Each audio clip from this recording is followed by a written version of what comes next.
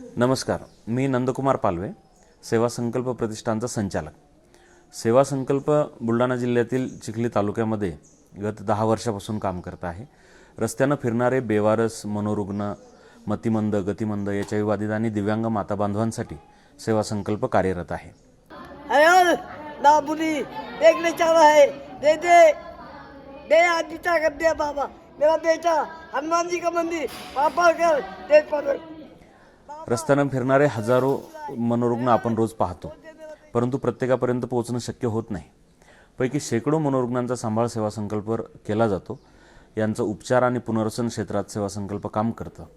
बरे झाल्यानंतर हे मनोरुग्ण त्यांच्या घराचे पत्ते सांगतात आणि त्यांना त्यांच्या घरापर्यंत आपण पोहोचवण्याचं काम करतो.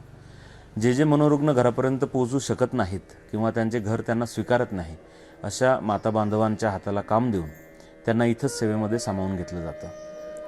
याच मनोरुग्ण माता बांधवांनी आपल्या हाताच्या कौशल्यावर बनवलेल्या विविध वस्तूसुद्धा इथं बनवल्या जातात. आजारमुक्त असलेले माता बांधव धूप, फुलवाती, लंब्यावाती, महिलांच्या हेअर ॲसेसरीज किंवा हेअर स्क्रंचीज अशा विविध वस्तू इथं फार तन्मयतेनं आणि कौशल्याने बनवतात. जवळपास 90 भगिनी अशा आहेत की ज्या कपड्यांमध्येच शिशू करतात, अंगावरचे कपडेही ठेवत नाहीत, त्याचं भान त्यांना नसतं. अशा वेळी मासिक धर्माचं नियोजन करणं बरंच कठीण जातं. त्या डायपर्स, पॅड्स ठेवत नाहीत, अंतर्वस्त्र ठेवत नाहीत, त्यामुळं आपल्याला त्यांच्यासाठी अडल्ट डायपर्स यूज करावे लागतात. तेही बऱ्याचदा ते काढून फेकतात. दर तासाला ते चेंज करावं लागतं किंवा त्यांच्यावर लक्ष ठेवावं लागतं, कपडे घातलेले आहेत किंवा नाहीत. अशा पद्धतीनं मासिक धर्माचं प्रत्येकीची तारीख लक्षात ठेवणं, त्याचं नियोजन करणं हे जरा आमच्या टीमपैकी महिला भगिनींना जरा एक जिकिरीचं काम त्या प्रसंगी ते असतं. आपल्याच माता भगिनींमधल्या ज्या आजारमुक्त झालेल्या भगिनी आहेत त्या सगळ्या या कामामध्ये आपल्याला मदत करतात. सगळ्यात पहिली हे 6 नंबरच्या ब्लॉकला आम्ही जेव्हा बसायचो आरतीने, तेव्हा यांनाच डबा दिला सगळ्यात पहिले.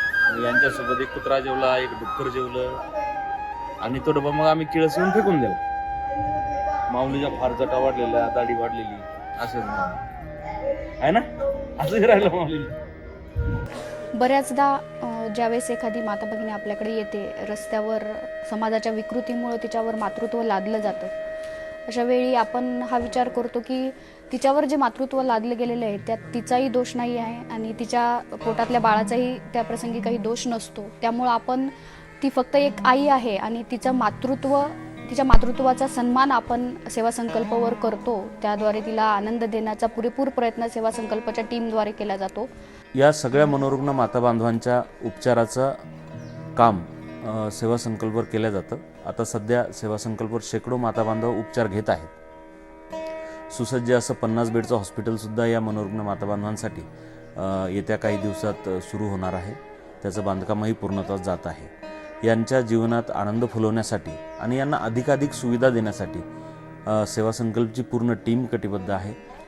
माझी आपल्यासारख्या संवेदनशील नागरिकांना एक नम्रतेची विनंती आहे की आपल्या परिवारातील आनंदाचे क्षण, वाढदिवस, लग्नाचे वाढदिवस किंवा आपल्या प्रियजनांचा स्मृतिदिन आपण सेवा संकल्पवरील या माता बांधवांसोबत साजरा करूया.